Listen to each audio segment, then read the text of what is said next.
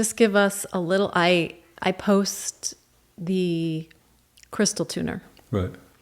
and there has just been on nonstop commentary on either that's the sound I hear in my ears, it irritates my tinnitus, it cured my tinnitus, Right. it like all kinds of things, but it's just tinnitus. Like, what is up with tinnitus? Well, tinnitus is pretty much a worldwide epidemic.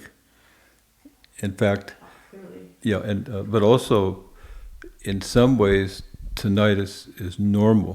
Meaning that, for instance, I often say when I learned about the tuning forks, I learned about them in an anechoic chamber. And that's a chamber of complete silence designed by engineer and darkness. So when I was in the chamber meditating, I could hear a high-pitched sound. And everybody has it. Sometimes you hear it late at night or in a quiet night, a little like up, and it's your nervous system in operation. It makes the sound naturally. So if you're really quiet and really still, or if you go into an anechoic chamber where you have no distractions whatsoever, your nervous system will be making a sound. Right? So we just assume that everybody's there, everybody's natural with that sound can raise in volume, based on things that happen in your life. Right? Now, it could be, because the word tinnitus is medical, sometimes we want to have a history, we'd want to know if you were around loud noises a lot. There are cases of tinnitus that are caused by listening to rock music, too much, or lawnmowers, and construction workers get it, or any damage to what we call the cilia of the inner ear, the little hair cells in the inner ear. Or it could be from a medication that you're taking. But generally speaking, for most people in today's world, they watch the news and they see something bad happening, or they think their money's going into the stock market, their chances of that sound going up are quite high, right? Okay, so directly related to stress. It's related to a stress response, because something tightens you, and that tightening takes place in a way to protect you. It takes place because something's overwhelming you at that point. You're not clear how to process it, and you may not even be aware of it.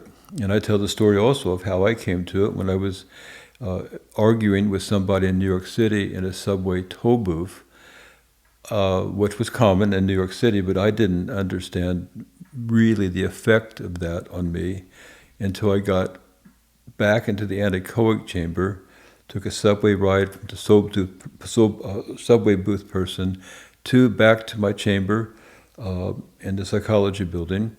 I sat down and my nervous system I could hear it right away. So at a baseline, I knew if I was meditating, like this, and so when I got in there, I closed my eyes and my nervous system felt like chalk going across the chalkboard. And had I not had that baseline, I would have no understanding of how that event had affected me. Meaning you knew from your experience what that sound is, and then you realized from that you had this altercation, and the sound that you were used to hearing was completely different. Completely different. We would call that in science phenomenological research, meaning I just didn't go into chamber to experience. I went in to do research there. I used myself and my experience to make based reporting. And so I knew what my nervous system was like if I was quiet, sitting in there, and so on. I knew in the morning if something happened to me, I could hear it go up a little bit, but nothing like that. So I had an event in my life that was really causing my nervous system to raise in pitch, and also in volume, but also in pitch. Just like I describe it, the two half of my brains were just going like that. Okay, right? Rubbing against each other? Grinding. Okay. Yeah, I think people do comment about that. Yeah, that feels like that's what they're describing, and the pain. Yeah, and people describe some pain. Yeah, pain, all these things can happen. Because we would say that they're wound up. You can be high-pitched, low-pitched people and stuff like that. You can also be wound up, right? So we would say, you could say they're stressed up. But the word stress is, they'd have distress in that case. Meaning stress is a normal thing in balance. Yeah, it's a normal. This means pressure, and we adapt to stress. Everything is good. If we don't adapt, we get wound up, right? So, and you say that person's very wound up.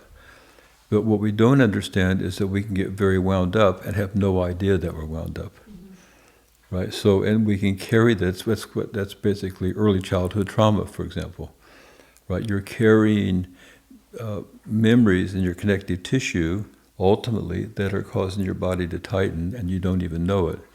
And that in itself, over a period of time, could lead to a tinnitus type effect in your ears. So, notwithstanding a physical reason for the ringing, one could say, if I'm hearing that ringing all the time loud in my ears, that there's a distress going on that I need to resolve? That's correct. You don't have to even know what it is. Yeah, right. It's just something that that's in your body. That's winding you. You're wound up. Yeah, you're wound up. Right. Okay.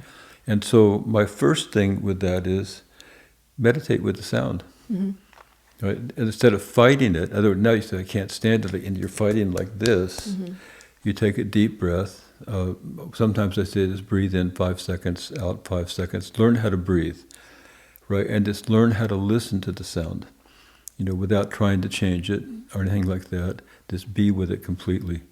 And the chances of it settling down are very high.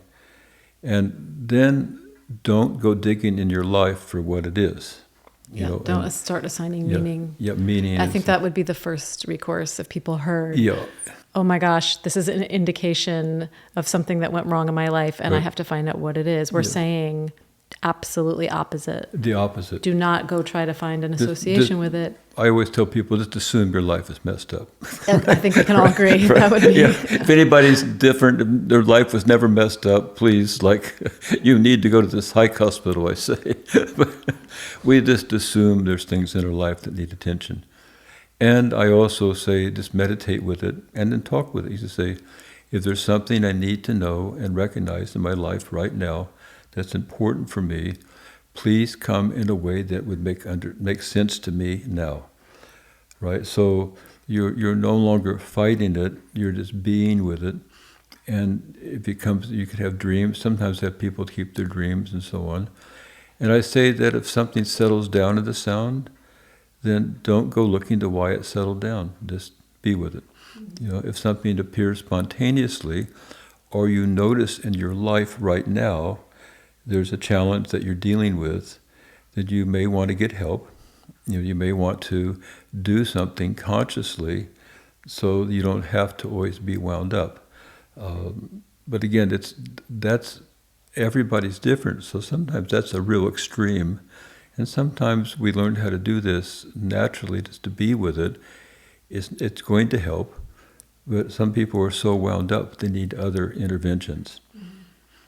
Right, So is there a potential for the sound to not be so present by doing this practice of just listening? Oh, many of my patients have told me how it diminishes.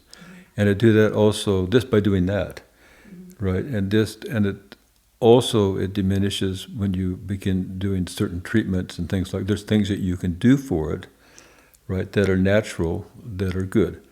But you need to understand what caused it in the first place, not so much the event, but what your body's doing to hold on to it. Right? So, and generally speaking, we want to just sort of let go of normal medical anatomy and just think about our body as being connected. And there's a tissue we call connective tissue.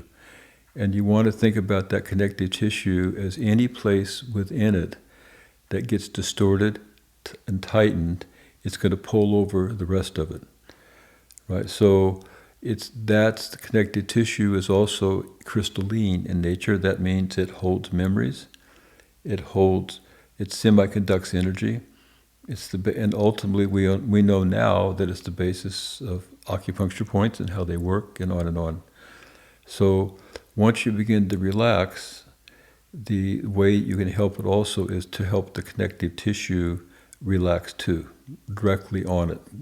We call that a form of body psychotherapy, but I've also created protocols with the tuning forks that can help do that. And those protocols are very well integrated with, definitely you want to do exercise and things like that, anything to move your tissue, yoga. They're well integrated with just more water type treatments, hot and cold. I can, because ultimately the connective tissue is going to be the key, integrated with the sound and integrated with your meditation abilities. That's really going to help that relax a lot. And a practitioner who knows what they're doing with their hands on can maybe find specific areas and help them relax in a way, to come in tune, I like to say. But there's a lot you can do before you see a practitioner. Right. Like from what you were saying before, if you relax and tune into the sound and talk with it and say, let things come to me in the way that's right for me, a practitioner may make sense because you'd be in a good relationship with good things coming that would work for you. Yeah. You'll find that a lot of people, their relationship to tinnitus is very different. Very, very different. Some people, they judge themselves. The tinnitus means something's wrong with them, and then you get into this and tinnitus, even by the medical models, recognized as multidisciplinary. It's not like it's universal, not one thing that's at the base of it. So you get cognitive behavioral therapy can help with tinnitus. Everything can help with it, Right, meaning the tinnitus, even in the medical world, you're saying, is agreed upon as something that is an indication of a stress, and the stress could be from anywhere. Yeah, or a distress or an out of balance. It could come from anywhere. If it comes from a loud sounds and stuff like that, then you there's ways that I think they say sometimes you can't repair your ears. I think that's you have a good relationship with your ears. Don't think that it can't be repaired. It can make a difference too. Mm-hmm. And there are then things that we do with the tinnitus too, as long as it's done in the right relationship. Like you could listen to white noise, you can listen to wave sounds at night when you go to sleep. It will begin to mask that noise in your ear. But if you're doing it to get rid of it or judge yourself, that can cause more stress. It's just not going to really work in the long term. Yeah. Now, why would the sound of the crystal tuner, it causes such a overt reaction? Because it's high pitched. Yeah, and people aren't used to hearing that outside of themselves. Yeah, they have judgments of all different sounds. So the high pitched sound of it, it's like they go like that. So it can be, because feels, according to the comments on it, it's very healing to people, but it's very frustrating, or it really triggers people also. It can. Yeah. Any sound can do it. Yeah, any sound. But high-pitched sounds tend to do it a little more. Like I teach in my classes, I like to meditate with car horns. Yeah. But for somebody else next to me, they might find them horrible. Or you can go to the beach and you love the beach, but the person that doesn't want to go, almost drowned, will never go to the water again. Right? So it's the same, a high-pitched sound for some people. Just because you have that reaction, then you have this universal thought that it's bad for everybody.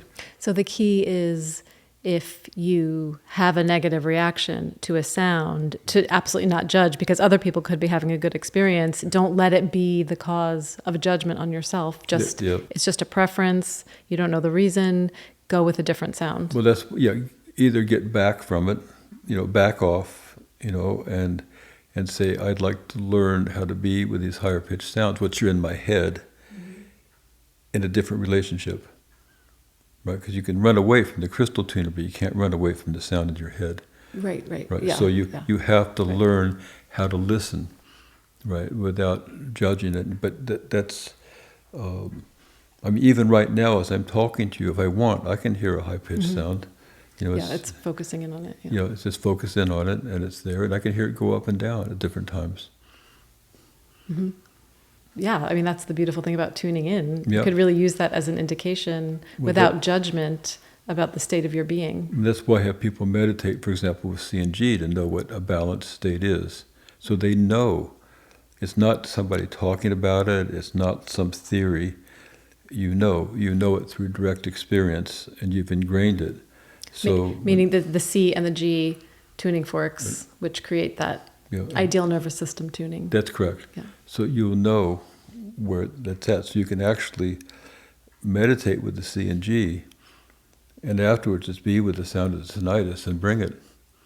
It's amazing. They work together. Or you could just do when you put we call the auto-tuner fork on the body, and it hums. It goes through your whole connective tissue, because your skin is hearing better than your ears, right? So either way, it's giving you a homing signal, right, that you can begin to ingrain. And when you do that, and you learn to listen, the chances of tinnitus are going to get less and less and less.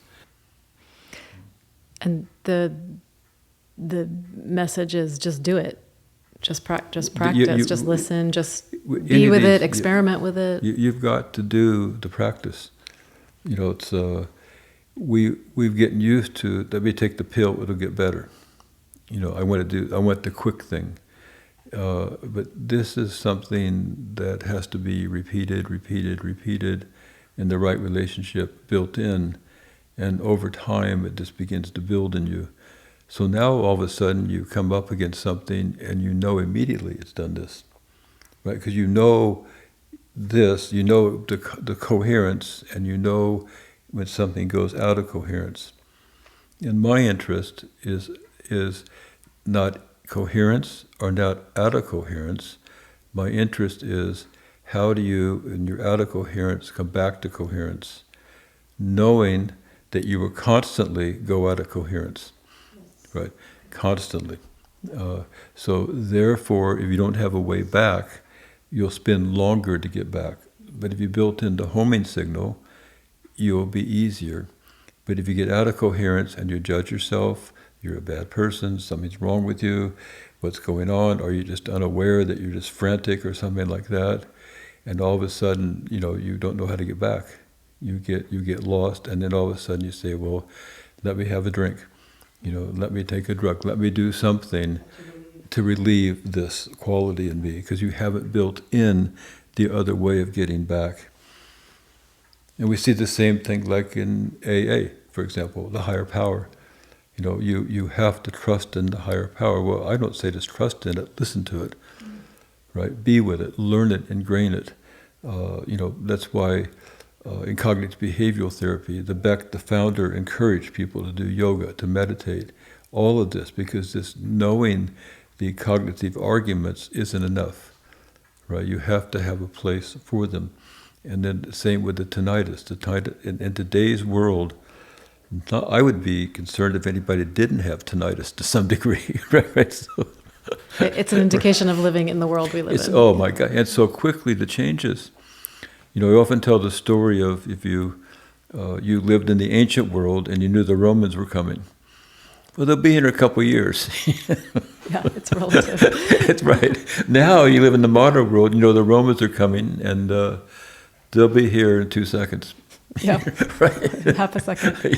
Half a second or less. Yesterday. Yeah, they'll be here faster than TikTok. Yeah. Right.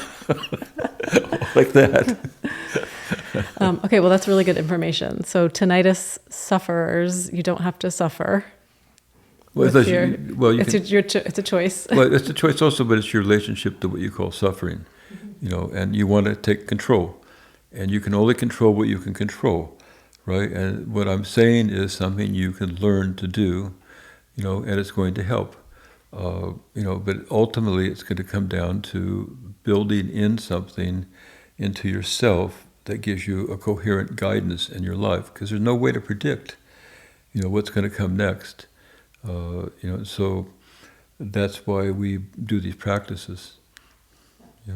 And doing it and practicing is important. Very important. And you do have protocols, and we will link them. Yes.